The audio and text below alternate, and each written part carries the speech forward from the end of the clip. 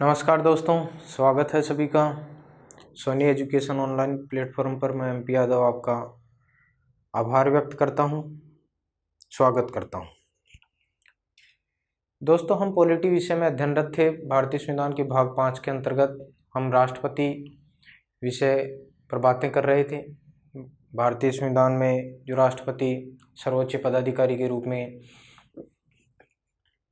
भारत का सबसे बड़ा नागरिक है, ये बात हमने अनुच्छेद 52 के अंतर्गत देखी थी। वरीयता क्रम में उसका प्रथम स्थान आता है, नाम मात्र की कार्यपालिका।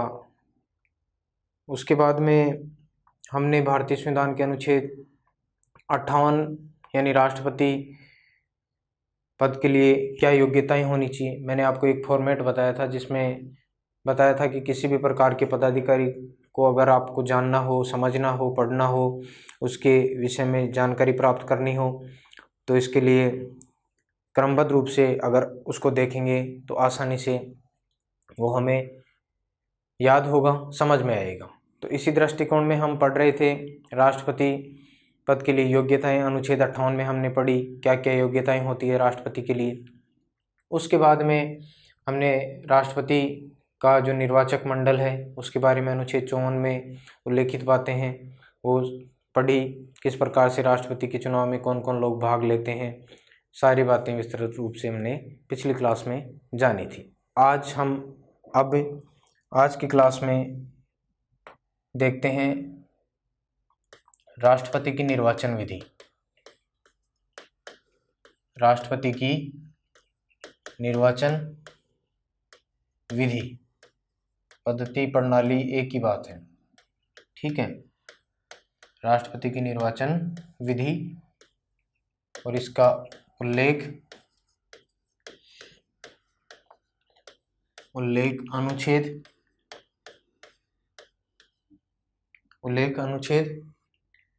55 में। राष्ट्रपति की निर्वाचन विधि, निर्वाचन रीति, निर्वाचन पद्धति, निर्वाचन प्रणाली एक ही शब्द है, किसी भी प्रकार से आप ध्यान में रख सकते हैं। इसका उल्लेख भारतीय संविधान के अनुच्छेद 55 में किया गया है। जो राष्ट्रपति की निर्वाचन विधि है, पद्धति है, यह हमने कौन से देश से ग्रहण की है दोस्तों, तो आप ध्यान रखेंगे ये हमने आयरलैंड से, कौन से देश से ग्रहण की है, आयरलैंड से ग्रहण की है, ठीक है। और ये पद्धति कौन सी है, तो पद्धति ध्यान रखेंगे आनुपातिक।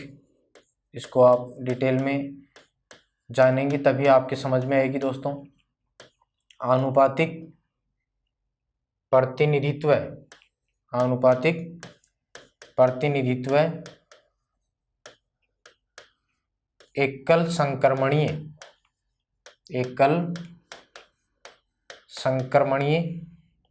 या कह सकते हैं हस्तांतरणीय, एक ही बात है,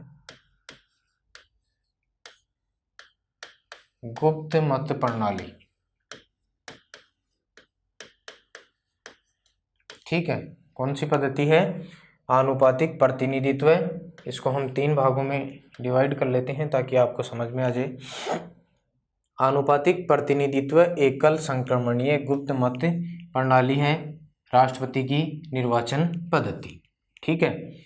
अब देखिए, इन्हीं शब्दों को हम जानने की कोशिश करेंगे। क्या होता है आनुपातिक प्रतिनिधित्व एकल संक्रमणीय गुप्त मत प्रणाली।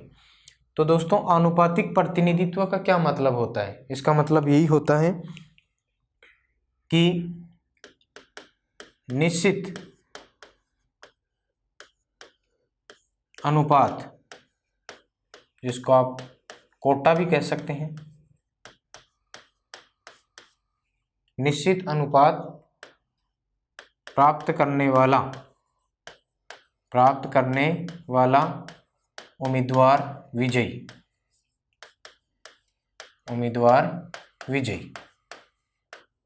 ठीक है। निश्चित अनुपात या जो निश्चित कोटा होता है उसको प्राप्त करने वाला उम्मीदवार क्या हो जाता है दोस्तों, विजयी हो जाता है। किसका मतलब है, आनुपातिक प्रतिनिधित्व। इसका मतलब ये है कि वेद मतों का, किसका, वेद मतों का, जो वेद मत हैं, कुल मत अलग होते हैं, डाले गए मत अलग होते हैं, और इसके अलावा वैध मत खारिज होने के पश्चात जो बच जाते हैं वो अलग होते हैं। वैध मतों का आधे से अधिक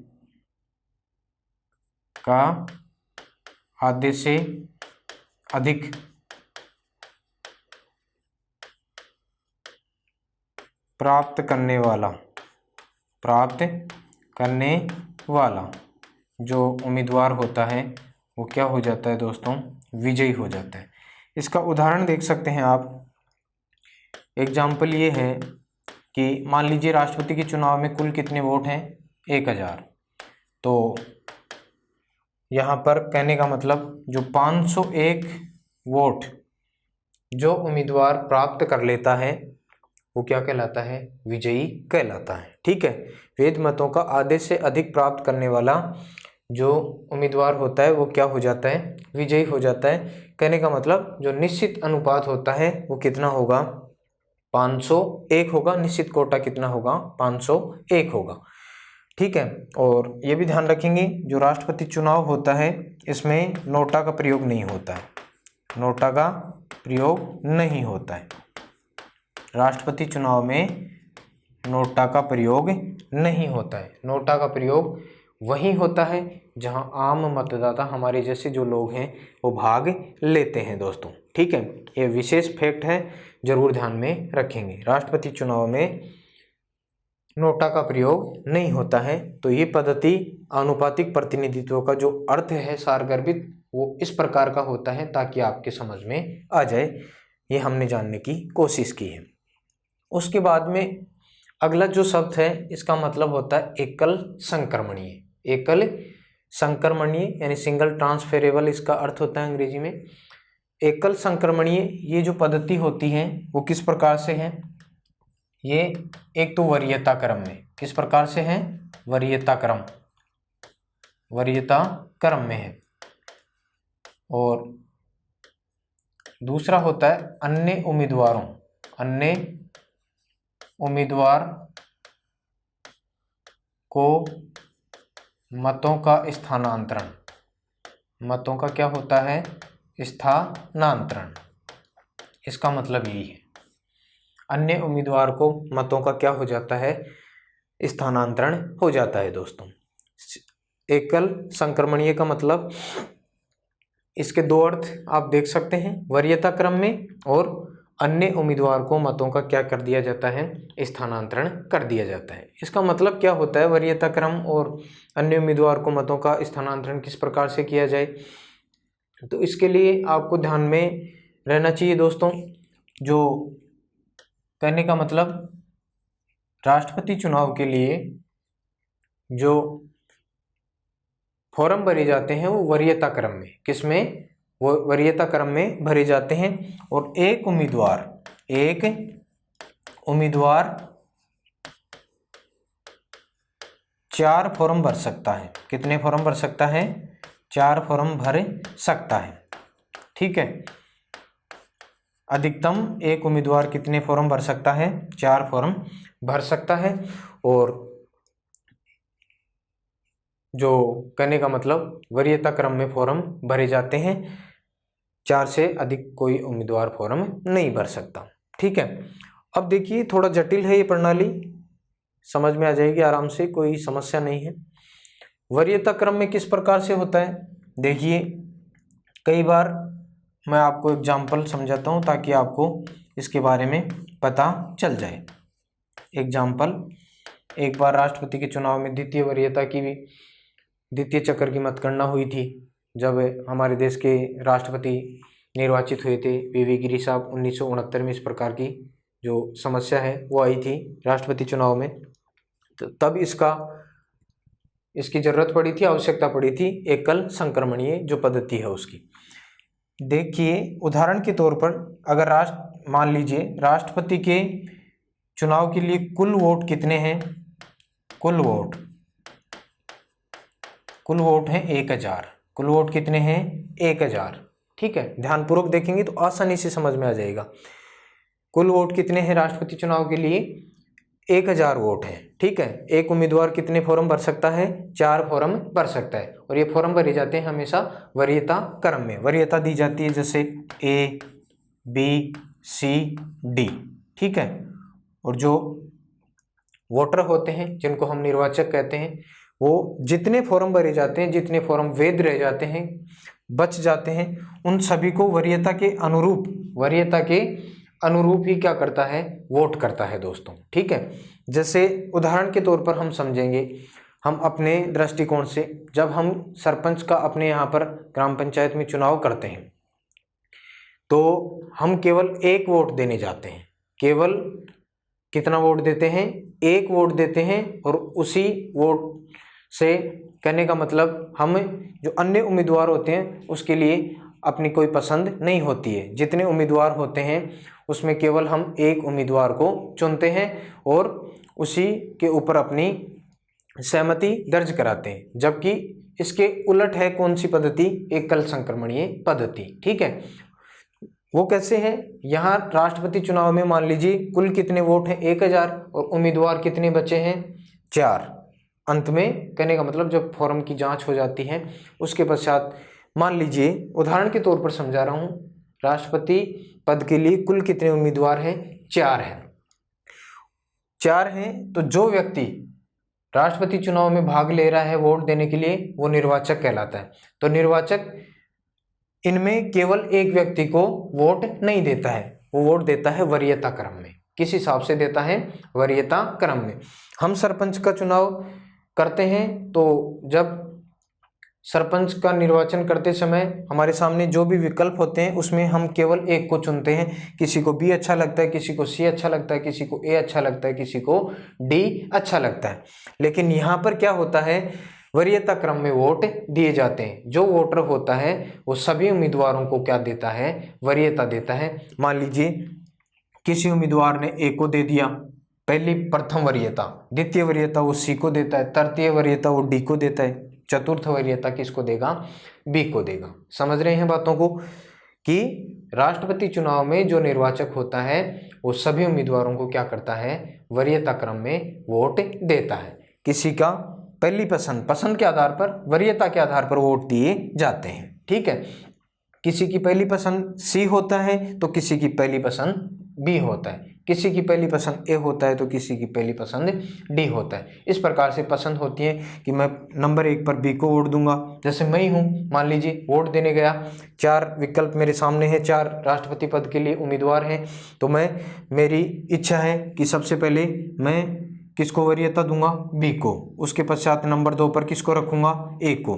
नंबर 3 पर किसको रखूंगा? D को। और नंबर 4 पर किसको रखूंगा? C को। यानी क्रमबद्ध रूप से वरीयता के हिसाब से वोट दिए जाते हैं राष्ट्रपति के चुनाव में। अब देखिए क्या होता है, मान लीजिए कुल वोट कितने हैं? 400 वोट हैं और 1000 वोट हैं दोस्तों। 1000 वोट हम इन सभी उम्मीदवारों में इस प्रकार से डिवाइड करते हैं। मान लीजिए A को कुल कितने वोट मिल गए? 300। B को कुल कितने वोट मिले? 400। ठीक है, इसको कितने मिले? C को 100 और D को कितने मिले? 200। ठीक है, ये हो गया आपके 1000 कुल वोट। और इस प्रकार से जब सभी उम्मीदवारों को वरीयता क्रम में वोट दिए गए तो इस प्रकार से अंतिम क्या आया? रिजल्ट आया। आपके हिसाब से कौन विजयी हुआ? तो आप बताएंगे यहाँ पर विजयी कौन हुआ? मेरे हिसाब से तो यहाँ पर कोई विजय नहीं हुआ, क्योंकि आपको पता है पहली बात आती है कि वैध मतों का आधे से अधिक प्राप्त करने वाला क्या होता है? विजयी होता है। ठीक है, यहाँ अपने वैध मत कितने हैं? 1000 और 1000 का निश्चित कोटा कितना होता है? 501। तो यहाँ पर आपको पता है 501 तो किसी को भी नहीं मिला है, किसी को भी नहीं मिला। अधिकतम किसको मिल रहा है? B को मिल रहा है। किसको मिल रहा है? B को। अगर यही चुनाव सरपंच या किसी MLA या किसी MP यानी मेंबर ऑफ पार्लियामेंट का होता तो निश्चित रूप से यहाँ पर कौन विजयी होता? B विजयी होता। ठीक है, फर्स्ट पास्ट द पोस्ट यानी अग्रता ही विजेता, यानी जो सबसे आगे है वो ही क्या हो जाता है? विजयी हो जाता है। लेकिन राष्ट्रपति चुनाव में ऐसा नहीं है। क्योंकि उसको क्या प्राप्त करना होता है, निश्चित कोटा प्राप्त करना होता है। तो अब ऐसी स्थिति एक बार बनी थी, कब, 1969 के चुनाव में।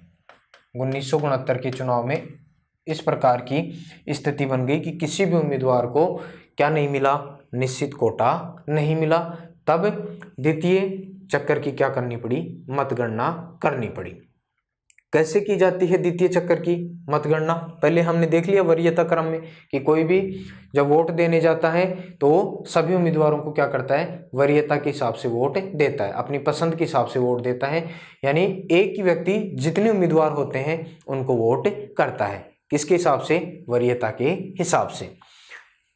जब यहाँ पर इस प्रकार की व्यवस्था हो गई, किसी को निश्चित कोटा नहीं मिला, तब आवश्यकता पड़ती है किसकी, नंबर 2 की, अन्य उम्मीदवार को मतों का क्या होता है, स्थानांतरण कर दिया जाता है। ये होती है सिंगल ट्रांसफरेबल जो पद्धति, उसके बारे में। ठीक है, यहाँ पर दूसरी वरीयता, दूसरी जो चक्कर की मतगणना होगी, कैसे होगी, सबसे अधिक वोट किसके खाते में आए, बी के खाते में आए, सबसे कम किसके खाते में आए, तो सबसे कम हम देख रहे हैं यहाँ पर किसके खाते में आए, सी के खाते में।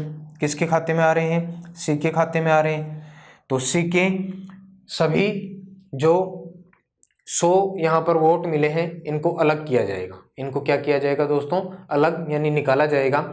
और इसमें ये देखा जाएगा कि नंबर 1 पर प्राथमिकता किसको दी, और 2 नंबर पर किसको दी, 3 नंबर पर किसको दी, और 4 नंबर पर किसको दी। इस प्रकार से वो वोट फिर क्या हो जाएंगे, अन्य उम्मीदवारों में स्थानांतरित हो जाएंगे, जुड़ते हुए चले जाएंगे। क्योंकि आपको पता है कि सी को ऐसे 100 लोग थे जिन्होंने प्रथम वरीयता दी, नंबर 1 पर रखा।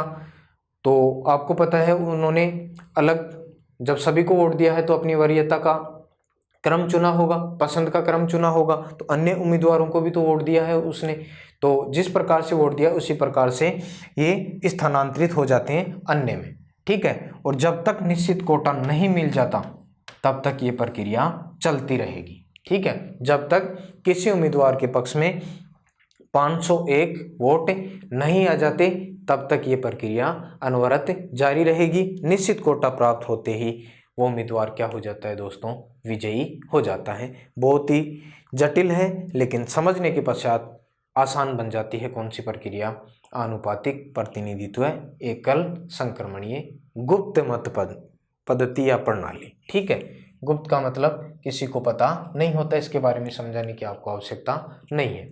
तो ऐसा ही आता है, कई बार गुप्त शब्द लिखा हुआ नहीं आता है तो वहाँ पर कन्फ्यूजन हो जाता है दोस्तों।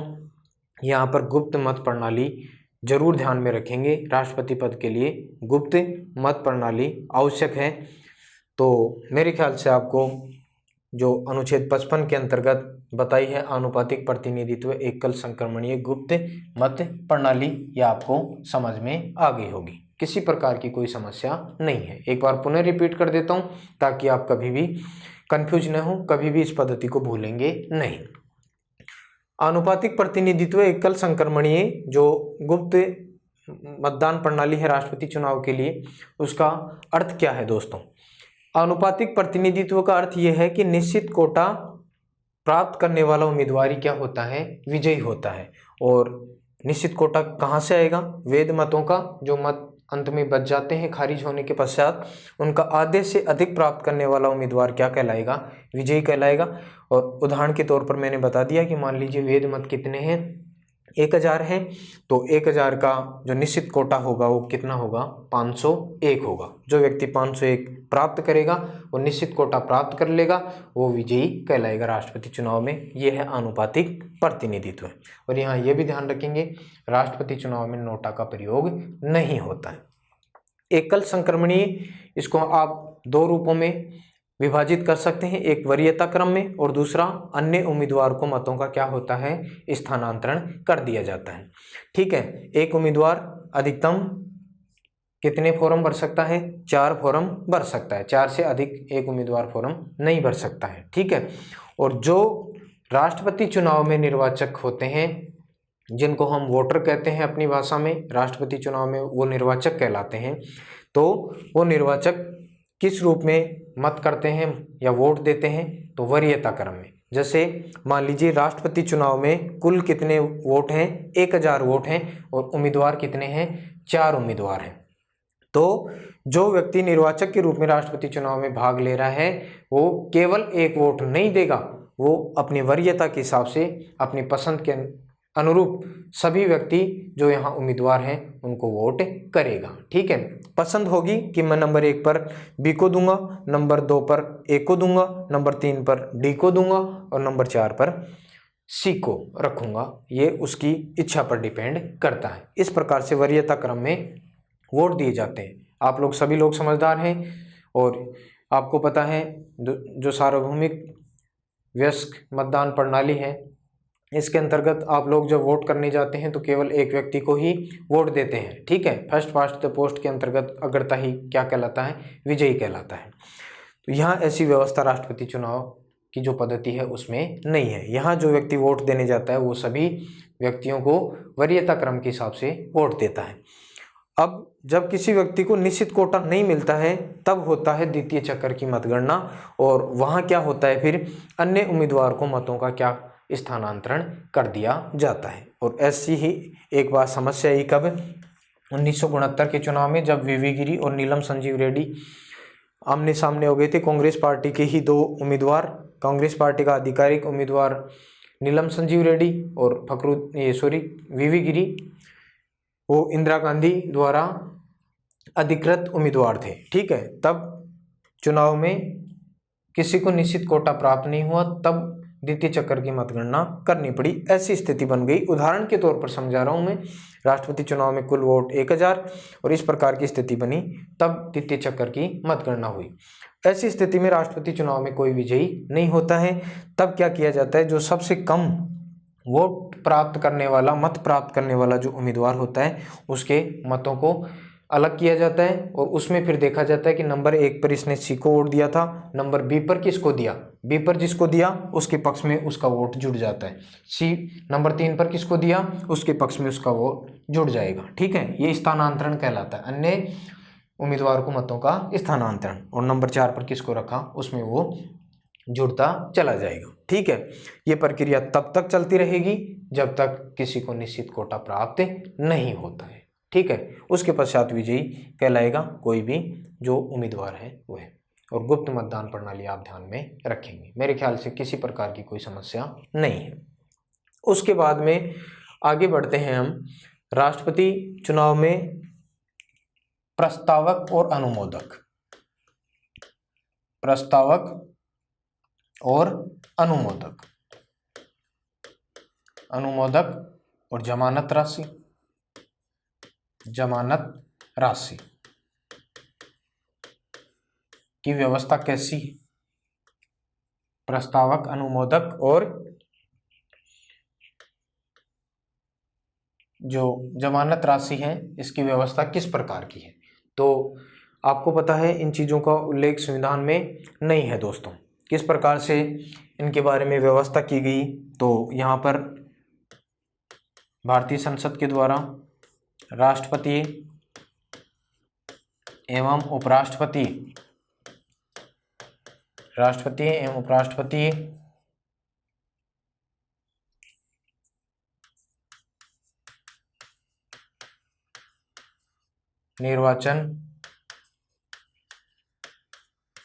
निर्वाचन अधिनियम 1952 पारित किया गया। ठीक है, देखिए किस प्रकार से व्यवस्था बनी। राष्ट्रपति एवं उपराष्ट्रपति निर्वाचन अधिनियम 1952 और इसके अंतर्गत क्या किया गया, राष्ट्रपति चुनाव के लिए कितने प्रस्तावक, 1। ठीक है, कितना प्रस्तावक रखा गया, 1। कितना अनुमोदक रखे गए, 1। ठीक है, और कितनी जमानत राशि रखी गई, 0। ठीक है, कितनी, 0। राष्ट्रपति एवं उपराष्ट्रपति निर्वाचन अधिनियम 1952 के अंतर्गत राष्ट्रपति चुनाव के लिए कुल प्रस्तावक 1, अनुमोदक भी 1 और जमानत राशि कितनी रखी गई, 0 रखी गई। फिर इस अधिनियम में क्या किया गया, संशोधन किया गया। राष्ट्रपति उपराष्ट्रपति निर्वाचन अधिनियम 1952 में संशोधन किया गया। कब, 1974 में। ठीक है, कब किया गया? 1974 में। तो इसका नाम हो गया राष्ट्रपति एवं उपराष्ट्रपति निर्वाचन संशोधन अधिनियम 1974। और इसमें क्या व्यवस्था की गई? राष्ट्रपति चुनाव के लिए कितने प्रस्तावक निर्धारित किए गए? यहाँ पर 10। कितने अनुमोदक? तो ये भी 10। ठीक है, कितने रखे गए? 10 रखे गए। और उसके बाद में जमानत राशि 2500 रुपये। कितनी जमानत राशि रखी गई? 2500। ठीक है, यह व्यवस्था कर दी गई 1974 में राष्ट्रपति उपराष्ट्रपति निर्वाचन संशोधन अधिनियम के माध्यम से। राष्ट्रपति के लिए कुल कितने, राष्ट्रपति उपराष्ट्रपति के लिए कुल कितने प्रस्तावक होंगे? 10। अनुमोदक कितने होंगे? 10 होंगे। और उसके लिए जमानत राशि क्या होगी? 2500 रुपये। और उसके पश्चात इस व्यवस्था में आगे जाकर फिर संशोधन किया गया। राष्ट्रपति एवं उपराष्ट्रपति निर्वाचन संशोधन अधिनियम 1997। कब किया गया? 1997 में किया गया। और इसमें क्या व्यवस्था कर दी गई? राष्ट्रपति चुनाव के लिए कुल प्रस्तावक कितने होंगे? तो ये होंगे 50। कुल अनुमोदक कितने होंगे? तो अनुमोदक कितने होंगे? ये भी 50। और जमानत राशि 15,000 रुपये। कितनी? 15,000 रुपये। ठीक है, कहने का मतलब ये व्यवस्था क्यों की गई ऐसी? क्योंकि कई लोग ऐसे थे जो राष्ट्रपति चुनाव में बार बार खड़े हो जाते थे, कई प्रकार की अव्यवस्थाएं उत्पन्न होती थी।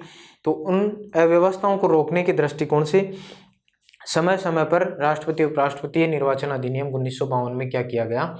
संशोधन किया गया। क्योंकि जो प्रस्तावक और अनुमोदक थे उनकी संख्या पहले एक थी, जमानत राशि नहीं थी। 1974 में इस व्यवस्था में बदलाव किया गया ताकि किसी भी प्रकार से अनावश्यक रूप से कोई भी उम्मीदवार इसमें भाग लेने की कोशिश न करे। प्रस्तावक 10 रखे, अनुमोदक 10 रखे, जमानत राशि 2500 रुपये कर दी गई। और उसके पश्चात इसमें पुनः संशोधन किया गया 1997 में। और इसमें प्रस्तावक कितने निर्धारित कर दिए गए? 50। अनुमोदक कितने निर्धारित किए गए? तो ये भी 50। और जमानत राशि कितनी रखी गई? 15,000 रुपये। ठीक है, यहाँ पर यह भी ध्यान रखा गया कि एक व्यक्ति अन्य का प्रस्तावक व अनुमोदक नहीं हो सकता। अनुमोदक नहीं हो सकता, ये भी ध्यान रखेंगे कि कोई व्यक्ति है, मान लीजिए निर्वाचक मंडल में काफी बड़ा है, आपको पता है 4,896 जो व्यक्ति हैं वो राष्ट्रपति के निर्वाचक मंडल में शामिल होते हैं। तो यहाँ पर ये निर्धारित किया गया कि कोई व्यक्ति या एक व्यक्ति किसी अन्य उम्मीदवार का प्रस्तावक या अनुमोदक नहीं हो सकता।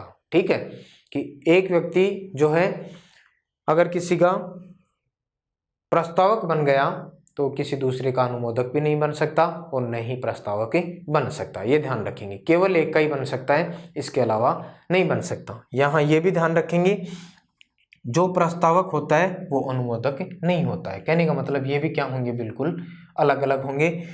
इस प्रकार की वर्तमान में व्यवस्था है कि राष्ट्रपति का चुनाव लड़ने के लिए वही व्यक्ति अग्रणी होता है जिसके पास में कितने प्रस्तावक होंगे? 50 प्रस्तावक। यानी राष्ट्रपति चुनाव के लिए किसी व्यक्ति का नाम का सुझाव लेकर 50 लोग अगर उसका प्रस्ताव लाएंगे तो ही ये प्रक्रिया आगे बढ़ेगी और अन्य 50 लोग उसका क्या करेंगे? अनुमोदन करेंगे। तब वो व्यक्ति राष्ट्रपति के लिए चुनाव के लिए क्या हो जाता है? योग्य हो जाता है। ठीक है, और उसके पश्चात जमानत राशि कहाँ जमा करवाई जाती है? आरबीआई बैंक में। ठीक है, आरबीआई बैंक में, रिजर्व बैंक ऑफ इंडिया में जमा करवाई जाती है। ठीक है, जमानत राशि का मतलब, इसका मतलब क्या होता है? जमानत राशि क्यों जमा करवाई जाती है? कि निश्चित अनुपात या निश्चित कोटा, निश्चित अनुपात का 1/6 प्राप्त नहीं करने पर जमानत राशि जब्त कर ली जाती है। जमानत राशि क्या कर ली जाती है? जब्त कर ली जाती है। ठीक है, ये ध्यान रखिए। इसलिए जमा करवाई जाती है जमानत राशि 15,000 रुपये बैंक में। अब थोड़ा जटिल हो गया क्योंकि ज़्यादा उम्मीदवार यहाँ पर चुनाव में भागीदारी नहीं कर सकते। क्यों नहीं कर सकते? एक तरह से प्रतिबंध हो गया। क्यों? सबसे पहले तो वो व्यक्ति जो राष्ट्रपति का चुनाव लड़ना चाहता है वो 50 प्रस्तावक जुटाएगा 4,896 में से। अनुमोदक 50 अन्य अनुमोदक होने चाहिए और उसके पश्चात 15,000 रुपये क्या होगा? आरबीआई बैंक में जमानत राशि के रूप में रखी जाएगी। ये तो हर कोई जमा करवा सकता है, चलो भाई, लेकिन फिर भी प्रस्तावक और अनुमोदक जुटाना क्या है? थोड़ा जटिल कार्य है। ये क्यों किया गया? क्योंकि अधिकाधिक जो लोग हैं बार बार जो चुनाव में बेवजह भागीदारी निभाने की कोशिश करते हैं उनको रोकने के दृष्टिकोण से। तो मेरे ख्याल से आपको ये बात अच्छे से समझ में आ गई होगी। किसी प्रकार की यहाँ पर आपको कोई समस्या मेरे दृष्टिकोण से होनी नहीं चाहिए। उसके बाद में यहाँ ध्यान रखेंगे राष्ट्रपति और उपराष्ट्रपति कह सकते हैं, इनका जो निर्वाचन होता है वो किसके द्वारा होता है? चुनाव कौन करवाता है? तो निर्वाचन केंद्रीय निर्वाचन आयोग द्वारा। चुनाव कौन करवाएगा? केंद्रीय निर्वाचन आयोग। ठीक है, अनुच्छेद 324 ध्यान रखेंगे आप। अनुच्छेद 324 के अंतर्गत इसका प्रावधान किया गया है। राष्ट्रपति का चुनाव किसके द्वारा संपन्न करवाया जाएगा? तो भारत का जो निर्वाचन आयोग है केंद्रीय निर्वाचन आयोग, उसके द्वारा। और इसके अलावा राष्ट्रपति एवं उपराष्ट्रपति निर्वाचन अधिनियम 1952, क्योंकि आपको पता है ये व्यवस्था जो हम देख रहे हैं ये 1952 के अंतर्गत ही निर्धारित की गई थी, प्रस्तावक अनुमोदक वाली। तो इसका भी एक बड़ी भूमिका है राष्ट्रपति चुनाव में। केंद्रीय निर्वाचन आयोग राष्ट्रपति का चुनाव करवाएगा और इसके लिए जो आंतरिक जो व्यवस्थाएं हैं, कौन बातों को ध्यान में रखा जाएगा चुनाव में, तो इसके लिए राष्ट्रपति उपराष्ट्रपति निर्वाचन अधिनियम 1952 है। यहाँ ये भी ध्यान रखेंगे दोस्तों, जब राष्ट्रपति का चुनाव होता है तो लोकसभा या कह सकते हैं राज्यसभा, लोकसभा या राज्यसभा के महासचिव, लोकसभा या राज्यसभा के महासचिव किसके रूप में कार्य करते हैं? निर्वाचन अधिकारी के रूप में कार्य करते हैं। ठीक है, किसके रूप में कार्य करेंगे? निर्वाचन अधिकारी के रूप में।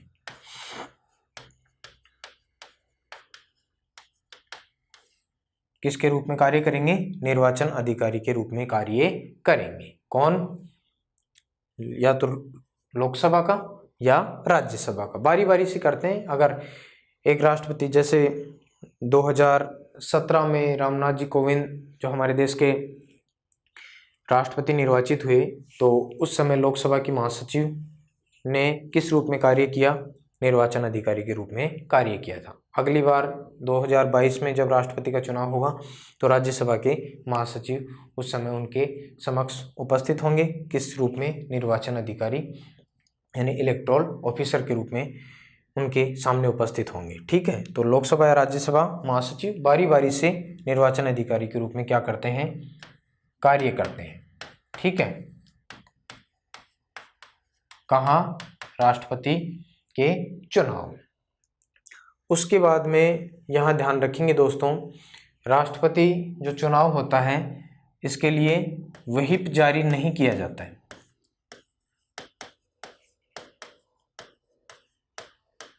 राष्ट्रपति, ये महत्वपूर्ण बातें हैं, फैक्ट हैं, जरूर ध्यान रखेंगे। राष्ट्रपति जो चुनाव होता है इसके लिए किसी प्रकार का कोई व्हिप जारी नहीं किया जाता है। व्हिप एक पार्टी का एक ऐसा आदेश जिसकी पालना अनिवार्य है। ठीक है, तो कोई भी पार्टी राष्ट्रपति चुनाव के लिए अपने सदस्यों को व्हिप जारी नहीं कर सकती कि आप अधिकृत, जो पार्टी का अधिकृत उम्मीदवार है उसको ही वोट दें। राष्ट्रपति चुनाव में कोई दल नहीं होता है दोस्तों, क्योंकि भारत का सबसे बड़ा जो संवैधानिक प्रमुख है उसके रूप में उसका निर्वाचन होने जा रहा है, तो वहाँ दलीय व्यवस्था कार्य नहीं करती है। ठीक है, राष्ट्रपति चुनाव में व्हिप जारी नहीं किया जाता है और राष्ट्रपति चुनाव में दल बदल कानून भी लागू नहीं होता है। दल बदल कानून भी लागू नहीं होता है, ये भी ध्यान रखेंगे। राष्ट्रपति चुनाव में किसी प्रकार का दल बदल कानून भी लागू नहीं होता है। दल बदल कानून का मतलब, कोई व्यक्ति मान लीजिए कांग्रेस पार्टी का है और बीजेपी से, कहने का मतलब कोई उम्मीदवार राष्ट्रपति पद के लिए चुनाव लड़ने जा रहा है, तो अगर वो उसको वोट कर देता है तो उसके ऊपर इस प्रकार का कोई कानून जो लागू होना चाहिए वो लागू नहीं होता है। ठीक है, ये दोनों बातें आप जरूर ध्यान में रखेंगे। अब यहाँ पर राष्ट्रपति चुनाव के लिए एक विधायक का मत मूल्य, एक विधायक का मत मूल्य कैसे निकाला जाता है? एक विधायक का मत मूल्य कैसे निकाला जाएगा? सबसे इम्पोर्टेंट बातें हैं, बड़ी अच्छी फैक्ट के रूप में आपके सामने आई है ये बात। एक विधायक का मत मूल्य कैसे निकाला जाता है? तो एक विधायक का मत मूल्य कैसे निकलेगा? जैसे उस राज्य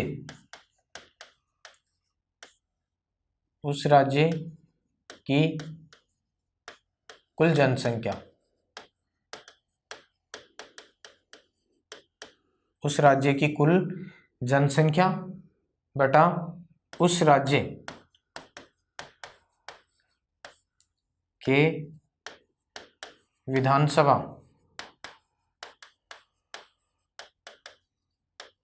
के, उस राज्य की विधानसभा के निर्वाचित सदस्य,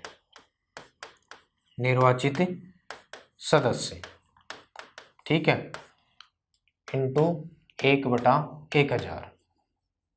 ये है जो पद्धति, इस के आधार पर ही हमारे संपूर्ण भारतवर्ष में एक विधायक का मत मूल्य निकाला जाता है। जैसे आपको पता है हमारे राजस्थान के एक विधायक का मत मूल्य, एक विधायक का मत मूल्य कितना है? तो 129। कितना है? 129। राजस्थान के एक विधायक का मत मूल्य कितना है? 129। छत्तीसगढ़ का भी हालांकि इतना ही है, 129। राजस्थान के एक विधायक का मत मूल्य कितना है? 129 है। प्रत्येक राज्य का अलग अलग होता है। जैसे सर्वाधिक है किसका? उत्तर प्रदेश का। सर्वाधिक किसका है? यूपी का। कितना है? 208। कितना है? 208। ठीक है, और सबसे कम किसका है? तो सबसे कम है सिक्किम का, मात्र 7 ही है। सिक्किम का मात्र कितना है? 7 ही है। ठीक है, एक राजस्थान के एक विधायक का मत मूल्य राष्ट्रपति चुनाव के लिए कितना है? 129। और सबसे ज़्यादा कौन से राज्य का है? तो आप बेसिकली बता सकते हैं, क्योंकि सबसे ज़्यादा जनसंख्या है 208 उत्तर प्रदेश की, और 208 उत्तर प्रदेश की एक विधायक का मत मूल्य है। ठीक है, और न्यूनतम सिक्किम का है। कितना है? 7, क्योंकि यहाँ की जनसंख्या क्या है? कम है। और कहने का मतलब इसका क्या कारण है? इसका क्या कारण है? तो कारण क्या है? राज्यों की जनसंख्या अलग अलग, राज्यों की जनसंख्या क्या है? अलग अलग है। तो जनसंख्या के आधार पर ही इनका मत मूल्य निकाला जाता है, अलग अलग। और जो राज्यों के एमएलए होते हैं, राज्यों के एमएलए यानी मेंबर ऑफ लेजिस्लेटिव असेंबली, जिसको आप विधानसभा सदस्य कहते हैं, की संख्या अलग अलग, ये संख्या भी क्या होती है? अलग अलग होती है। ठीक है, इसका ये कारण है। तो राज्यों की जनसंख्या अलग अलग और राज्यों की एमएलए की संख्या भी क्या है, अलग अलग होना, इसका विधायक के मत मूल्य का जो वोट है इसके मत मूल्य में ये एक प्रमुख फैक्ट है, कारण है दोस्तों। तो यहाँ पर ये बात ध्यान रखेंगे, एक विधायक का मत मूल्य उस राज्य की कुल जनसंख्या इसका आधार वर्ष रखा गया है 1971। आधार जनसंख्या का आधार वर्ष, ये बहुत इंपॉर्टेंट है दोस्तों। जनसंख्या का आधार वर्ष रखा गया 1971 की जनगणना, 1971, ठीक है, ये ध्यान रखेंगे। जनसंख्या का आधार वर्ष किसको रखा गया, 1971 की जनसंख्या को रखा गया। यानी 1971 में भारतवर्ष में प्रत्येक राज्य की कुल कितनी जनसंख्या थी, उस राज्य की जनसंख्या के हिसाब से ये सारी व्यवस्था है उसका निर्धारण किया गया है, ठीक है। यानी मान लीजिए राजस्थान की जनसंख्या 1971 में कितनी थी, ठीक है, तो 1971 में जितनी जनसंख्या थी उसमें राज्य की विधानसभा के निर्वाचित सदस्य कितने थे उसका भाग दिया, इंटू 1/1000 निकालकर जो बचा वो कितना बचा, 129 बचा दोस्तों, ठीक है। इस जनसंख्या के आधार वर्ष में 1971 में ये जो रखा गया आपको पता है, इसमें फिर 42वां संविधान संशोधन, 42वां संविधान संशोधन 1976, 42वां संविधान संशोधन 1976 के माध्यम से क्या किया गया कि जो जनसंख्या का आधार वर्ष है इसको वर्ष 2000 तक निर्धारित कर दिया गया। और क्या कहा गया कि जनसंख्या का आधार वर्ष 2000 तक यही रहेगा, ठीक है। यानी 1971 की जनगणना या जनसंख्या को ही 42वां संविधान संशोधन 1976 के माध्यम से बदलाव करके निर्धारित कर दिया गया कि 2000 तक 1971 की जनगणना को ही आधार वर्ष के रूप में माना जाएगा, ठीक है। उसके बाद में आगे जाकर फिर बदलाव किया गया, कब, और ये बदलाव किया गया 84वां संविधान संशोधन, 84वां संविधान संशोधन 2001-2 में हुआ था, ये 2001 और 2, ठीक है। तो 84वां संविधान संशोधन 2002 के माध्यम से ये निर्धारित कर दिया गया कि वर्ष 2026 तक जनसंख्या का आधार वर्ष 1971 ही रहेगा।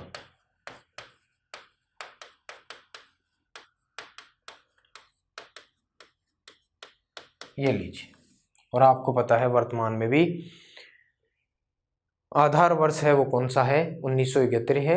यानी 1971 की जनसंख्या को ध्यान में रखकर ही ये प्रावधान किया गया है, और ये कब तक रहेगा, 2026 तक रहेगा। इसके पीछे कारण ये था कि विभिन्न राज्यों ने विरोध किया कि एक तो हम जनसंख्या नियंत्रण कर रहे हैं और ऊपर से फिर अगर इस प्रकार का प्रावधान रहेगा तो हमें तो इस चीज़ का कोई बेनिफिट नहीं मिला है। तब भारतीय संसद ने सभी को समान रूप से बराबर भागीदार बनाने के दृष्टिकोण से 1971 की जनसंख्या को ही क्या मान लिया, आधार वर्ष मान लिया दोस्तों, ठीक है। यानी पहले 2000 किया, वर्ष 2000 तक आधार वर्ष 1971 रहेगा, और फिर 84वें संविधान संशोधन के द्वारा निर्धारित कर दिया गया कि वर्ष 2026 तक जनसंख्या का आधार वर्ष 1971 ही रहेगा। किसके मत मूल्य में, एक विधायक के मत मूल्य में, ठीक है। तो राजस्थान का ध्यान रख लेंगे, 129 सबसे ज़्यादा किसका है, उत्तर प्रदेश का, 208 न्यूनतम किसका है, सिक्किम का है। और इसका प्रमुख कारण है कि राज्यों की जनसंख्या अलग अलग है और सभी राज्यों में एमएलए की संख्या भी क्या है, अलग अलग है। एक सांसद का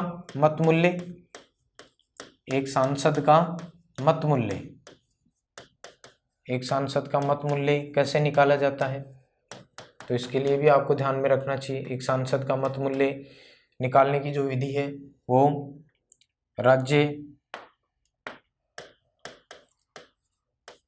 विधानसभाओं के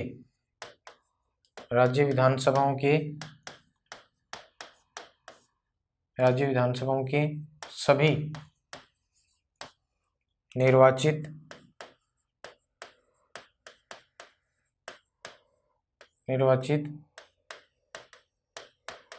सदस्यों के मत के मूल्य का योग, मत के मूल्य का योग बटा संसद के निर्वाचित सदस्यों की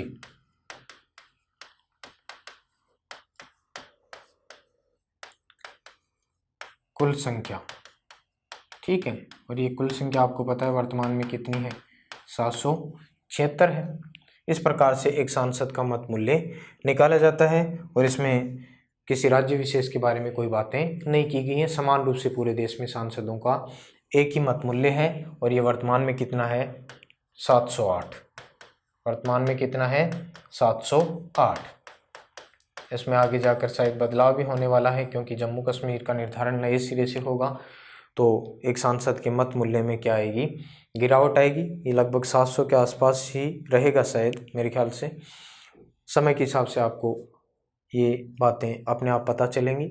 इसके लिए आपको दैनिक जो समाचार पत्र होते हैं वो निरंतर पढ़ने चाहिए दोस्तों। कम से कम 1 घंटा आपको न्यूज़पेपर को निश्चित रूप से देना ही चाहिए। मुख्य पृष्ठ की प्रमुख बातें ध्यानपूर्वक देखें। पॉलिटी और जो ज्योग्राफी विषय है उसमें निरंतर जो फैक्ट होते हैं वो बदलते रहते हैं। इकोनॉमिक्स जो सब्जेक्ट है उसमें फैक्ट बदलते रहते हैं, तो इसके बारे में जो जानकारी है आपको समाचार पत्रों के माध्यम से बेहतर समझ में आएगी और उससे अच्छा माध्यम आपके और कोई हो नहीं सकता। तो प्रतिदिन आपको 1 घंटा निश्चित रूप से समाचार पत्रों को देना चाहिए। देश विदेश से जुड़ी हुई जो प्रमुख बातें हैं वो भी समाचार पत्रों के माध्यम से हमारे सामने आती हैं। संपादकीय पृष्ठ आता है, उसमें जो लेखक दार्शनिक विचारक होते हैं उनके विचार हमारे सामने आते हैं। पुराने समय में जो घटित घटनाएं हैं, राजनीति से संबंधित जो भौगोलिक व्यवस्थाएं हैं उससे संबंधित, जो प्रशासनिक व्यवस्था, अर्थ, जो इकोनॉमिक्स से संबंधित जो बातें हैं उसके बारे में सब कुछ हमें समाचार पत्रों के माध्यम से बहुत अच्छे से समझ में आएगा। और ये जो फैक्ट हम देखते हैं ये भी हम समाचार पत्रों के माध्यम से प्रतिदिन हमारे सामने आता है। किस प्रकार से कौन सी व्यवस्था में बदलाव हुआ, किस प्रकार से भारत के सर्वोच्च न्यायालय ने किस मामले में कैसा फैसला दिया, तो ये सारी बातें एक बार आप निश्चित रूप से थोड़े दिन देखेंगे तो आपको एक तरह से ललक उत्पन्न होगी कि मुझे समाचार पत्र देखना चाहिए, या आपके रूटीन बनेगी, आपका आदत में शुमार होगा। तो वर्तमान में एक सांसद का मत मूल्य कितना है पूरे भारतवर्ष का, 708। और उसके लिए ये सूत्र है जो आपको ध्यान में रखना है दोस्तों। मेरे ख्याल से आपको किसी प्रकार की कोई समस्या नहीं है। उसके बाद में आगे जो बात आती है वो ये है कि राष्ट्रपति, उपराष्ट्रपति, राष्ट्रपति और उपराष्ट्रपति दोनों का ही देख लें ताकि ध्यान में रहे साथ में। राष्ट्रपति और उपराष्ट्रपति के निर्वाचन संबंधी विवादों, निर्वाचन संबंधी विवादों का हल सर्वोच्च न्यायालय करेगा। कौन करेगा? सर्वोच्च न्यायालय करेगा। अगर किसी भी प्रकार की कोई खामियां हैं, किसी भी प्रकार की कोई भी समस्या उत्पन्न हो रही है तो राष्ट्रपति और उपराष्ट्रपति के निर्वाचन संबंधी जो विवाद है उसका हल किसके द्वारा निकाला जाएगा? तो सर्वोच्च न्यायालय के द्वारा किया जाएगा। उसी का निर्णय अंतिम होगा। ये भारतीय संविधान के अनुच्छेद 71 में कही गई है। ये बात किस में कही गई है? अनुच्छेद 71 के माध्यम से बात बताई गई है। यानी इसका निर्णय क्या होगा? अंतिम होगा। राष्ट्रपति उपराष्ट्रपति के चुनाव संबंधी विवादों का अंतिम रूप से निर्णय किसके द्वारा किया जाएगा?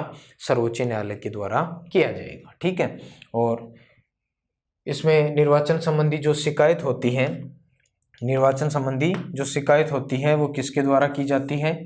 तो शिकायत या तो खुद उम्मीदवार करेगा।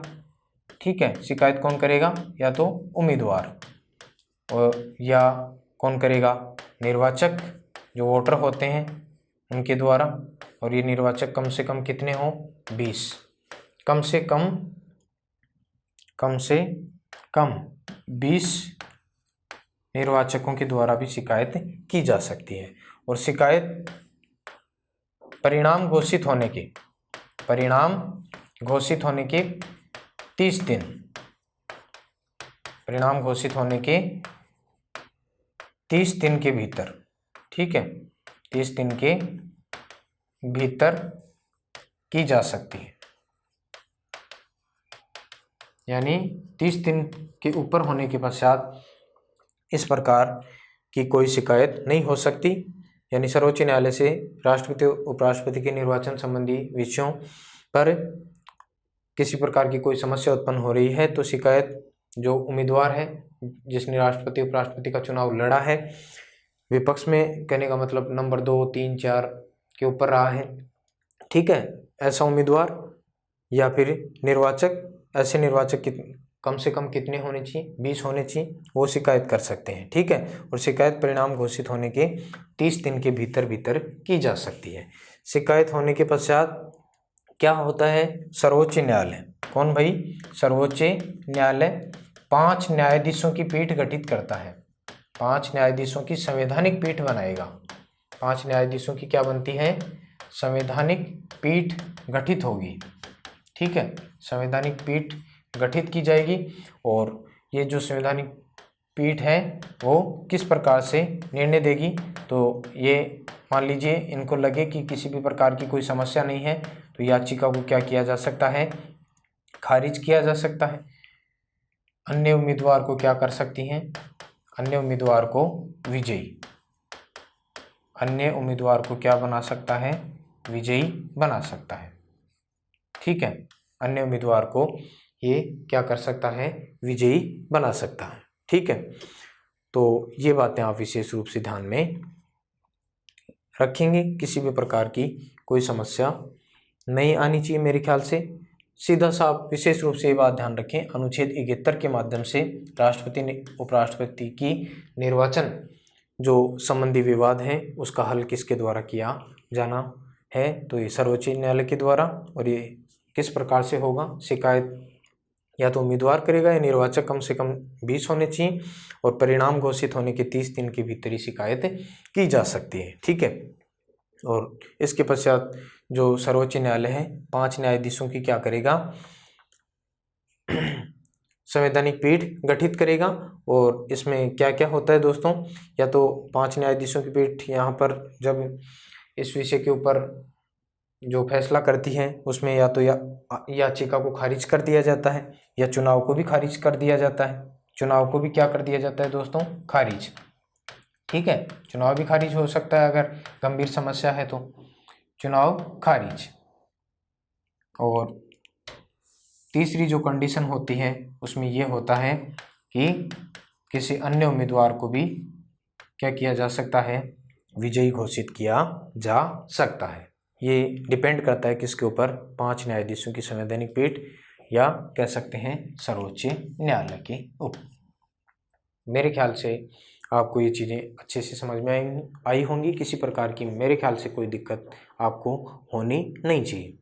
तो आज की क्लास है उसमें हमने राष्ट्रपति की निर्वाचन विधि को डिटेल में जानने की कोशिश की है। अब जाकर हमारे जो फैक्ट है वो पूरा हुआ है, तो आज का दृष्टिकोण हम यहीं तक सीमित रखेंगे।